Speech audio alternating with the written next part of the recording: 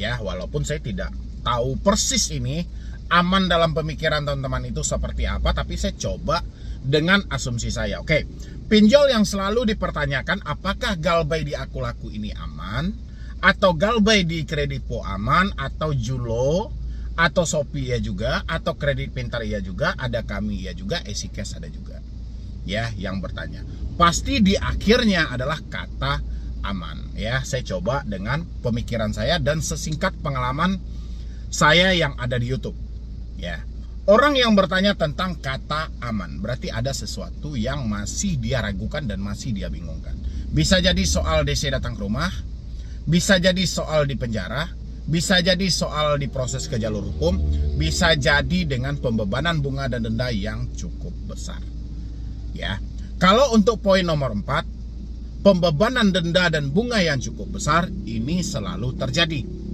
Setiap kali Anda telat bayar, setiap kali Anda tidak sesuai dengan jatuh temponya, pasti Anda akan dibebankan dengan denda yang cukup besar. Kenapa denda pinjol itu selalu bertolak belakang dengan iklan yang mereka sampaikan? Mereka menerapkan dendanya 7.000 per hari. Kenapa giliran kita telat 1 hari, mereka malah menerapkan dendanya menjadi 210.000? Karena mereka mengambil denda itu untuk jarak 1 bulan. Ya, ini untuk sebagian pinjol. Ada yang seperti itu. 7.000, 7 dikali 30. Ya, 7 kali 3 yaitu 21. Makanya 210.000. Begitu Anda telat sehari. Ada yang melapor ke saya. Ya, Bang, saya telat sehari di aplikasi ini. Tiba-tiba dendanya sebanyak ini. Ya, saya logikain. Ini dia carinya kemana? Berapa sih dendanya 1 hari?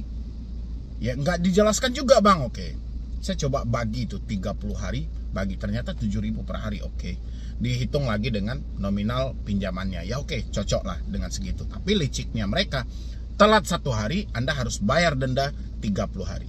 Bahkan paling terkecil itu Anda harus bayar denda untuk 10 hari. Makanya ada dendanya sampai 70.000, 80.000 sehari. Licik mereka memang. Oke. Habis itu dengan kata aman, maksud dari teman-teman semuanya, apakah si DC akan berkunjung ke rumah kita? Ini juga sering masuk dalam pertanyaan itu. Yang menjadi poinnya adalah apakah aman Galbay? Sebenarnya dia mengatakan kata aman ini, dia sedang bertanya apakah DC akan datang ke rumah. Ya, begitu atau tidak? Kalau salah nanti Anda boleh rubah. Ya, ini saya coba asumsikan karena beberapa hal yang selalu ditakutkan orang itu, selain denda dan bunga yang besar, DC datang ke rumah, diproses ke jalur hukum, habis itu dengan berbagai penyebaran data dan segala macam, itu juga masuk dalam kategori. Tapi soal DC datang ke rumah, sering orang mengambil pertanyaan apakah aman dari segi Galbay. Oke, DC datang ke rumah itu sudah diatur dalam POJK 2022, itu sudah dipertegas lagi. Lewat dari 90 hari boleh menunjuk pihak ketiga atau pihak lawyer. Ya, sebenarnya inilah yang menjadi penyakit dari teman-teman semuanya, sehingga Anda kesulitan untuk keluar dari jeratan pinjaman online. Kenapa saya bilang yang seperti itu? Sekarang tanyakan ke diri Anda. Anda ini kan sudah menyatakan tidak mampu bayar, tidak sanggup bayar karena, ya, bukan Anda nggak mau bayar ini, tapi karena keadaan. Dan berarti ini real gitu loh, sesuai dengan fakta yang terjadi. Ya, harusnya Anda tidak perlu memikirkan soal apakah ini ada DC-nya, apakah ini tidak ada DC-nya. Pemikiran ini nggak perlu ada lagi sama Anda. Ya, saya khawatir kalau Anda memikirkan soal DC ini terus-menerus, yang terjadi adalah Anda tidak bekerja, Anda tidak keluar rumah, dan Anda serba takut. Mengimbas kepada kehidupan sehari-hari Anda. Ukuran Anda bisa memenuhi kebutuhan hidup Anda karena dibaluti oleh rasa takut Anda memikirkan apakah ada DC atau tidak ada DC, sehingga Anda tidak jadi bekerja dan berusaha.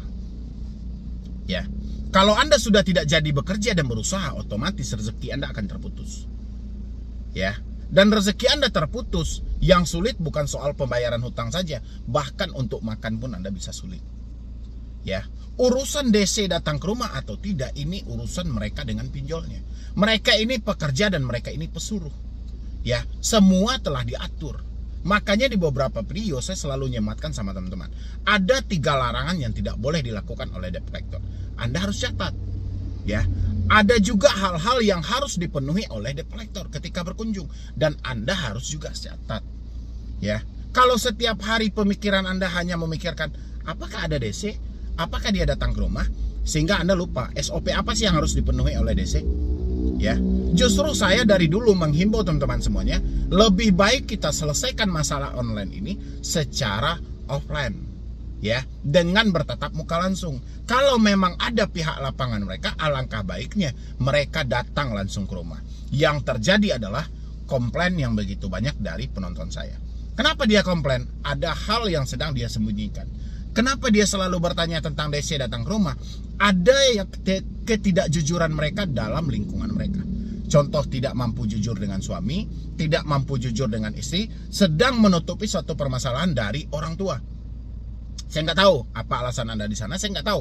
Ada juga alasan yang rasa saya tidak begitu nyambung. Orang tua saya riwayat jantung, orang tua saya sedang sakit dan segala macam. Ya, itu alasan yang rasa saya tidak nyambung dengan permasalahan Anda hari ini.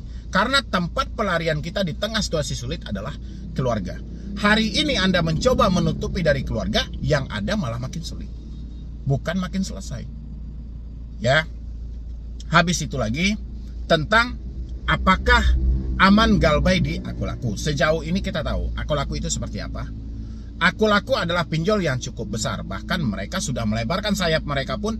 Mungkin di konter-konter handphone di kota Anda aja mungkin mereka sudah banyak dan sudah berjamur. Apalagi soal Kredivo. Dan otomatis mereka sudah menjalin kerjasama dengan beberapa pihak ketiga.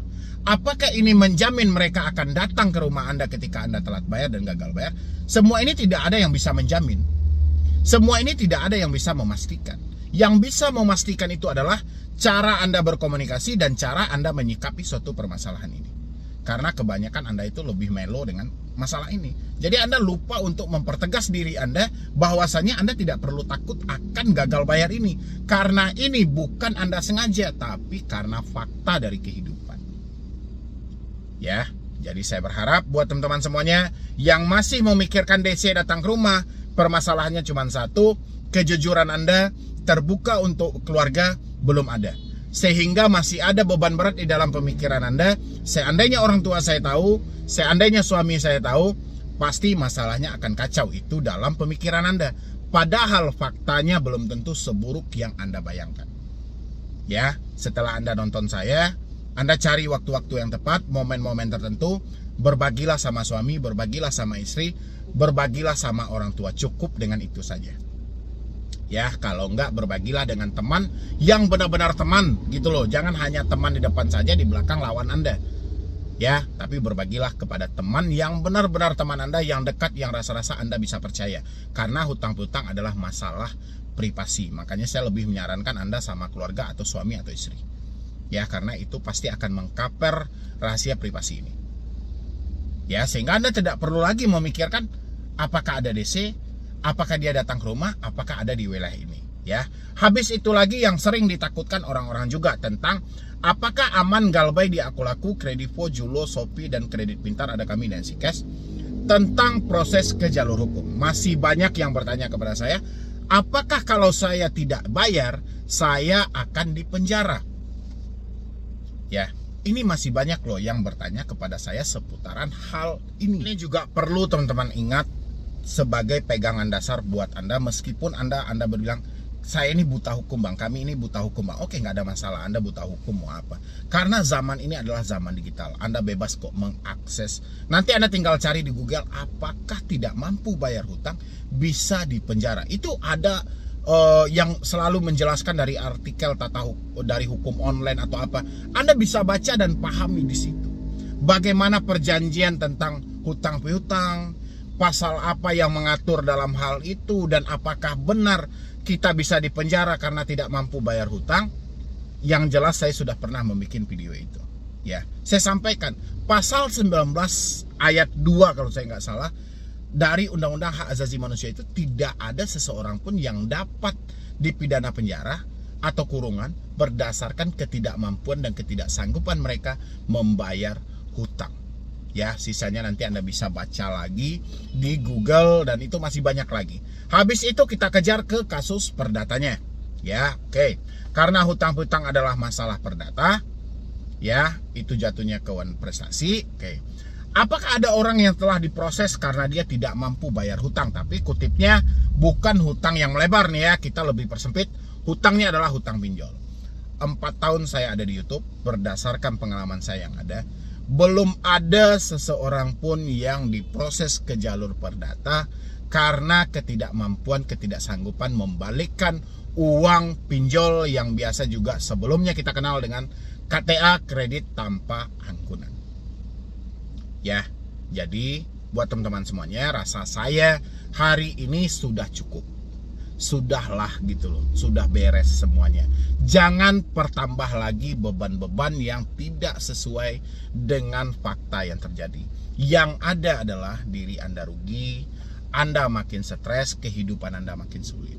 Sekali saja rasa takut itu tidak keluar dari diri Anda, yang ada Anda untuk mencari rezeki keluar dari rumah, itu dihantui dengan rasa takut. Anda mau berangkat kerja, dihantui dengan rasa takut. Yang terjadi adalah malah memburuk keadaan Anda karena Anda tidak mampu lagi memenuhi kebutuhan hidup Anda. Hari ini Anda bisa penuhi kebutuhan hidup Anda sehari-hari, itu sudah layak untuk bersyukur. Ya, jadi nggak usah Anda pikirkan hutang dulu. Kalau ada di luar sana orang bilang hutang wajib dibayar, oke, hutang wajib dibayar. Ini kita akan bersentuhan dengan urusan agamanya. Kalau kita tidak bayar hutang, kita tidak masuk surga. Ya, nanti Anda bisa tanya sama ahli agama masing-masing. Bagaimana juga hukumnya kita menagih hutang kepada mereka yang benar-benar tidak mampu. Ya, ini harus seimbang. Ya, karena saya bukan ahli agama, jadi saya tidak bisa menerangkan secara detail kepada teman-teman, nanti boleh tanya. Hutang wajib dibayar benar, dan bagaimana kalau menagih hutang kepada mereka yang benar-benar tidak mampu. Ya, silahkan Anda seimbangkan. Yang penting, silahkan keluar dari rasa takut Anda hari ini. Kalau nggak Anda memaksa diri Anda untuk keluar, ini sulit banget ya. Yang ada malah keadaan makin parah. Anda makin dihadapkan dengan situasi yang benar-benar begitu rumit dan Anda tidak mampu lagi untuk menjawab. Ini adalah pinjaman online, era digital. Yang mereka serang adalah ketakutan Anda dan orang sekitar Anda. Bagaimana Anda merasa dikucilkan dan bagaimana Anda merasa malu. Ini yang paling utama akan mereka serang untuk mereka menarik kembali semua uang yang telah mereka pinjamkan lengkap dengan bunga dan dendanya. Mereka tidak peduli Anda mau mendapatkan uang dari mana, mau hasil curi, mau hasil gali lubang, mau hasil pinjam sana pinjam sini, mereka nggak peduli. Yang mereka pedulikan adalah Anda membalikan uang lengkap dengan bunga-bunganya. Makanya apapun alasan Anda tidak pernah mereka terima. Ya, jadi sudah saatnya Anda merubah diri Anda, merubah cara berpikir Anda supaya Anda benar-benar lepas dari jeratan setan pinjaman online. Ya, dan yang belum sempat meminjam di pinjol, hati-hati, iklannya bertaburan di mana-mana. Saya tahu ekonomi sedang sulit banget, kita mencari untuk memenuhi kebutuhan sehari-hari aja itu memang susahnya minta ampun. Tapi tolong maksimalkan diri Anda, kendalikan diri Anda. Kalau bisa, jangan pernah meminjam di pinjaman online manapun. Ya, jadi sekian dulu dari saya, Medi Broni. Wassalam.